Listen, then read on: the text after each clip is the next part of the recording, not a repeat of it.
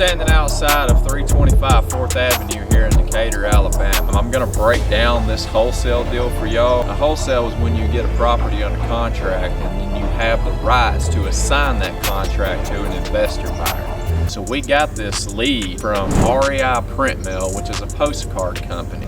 They drop about 3,000 postcards a month for us here in North Alabama. So once again, we got this property under contract, rights to assign it. So then we turned around and we put this property out to our buyers list. Now, a lot of people think you've got to have this big buyers list to wholesale deals. Well, that's not the case. We also put those deals on Facebook Marketplace, which is where we got the buyer for this property. As you can see, when I talk about selling ugly houses, I'm obviously not lying.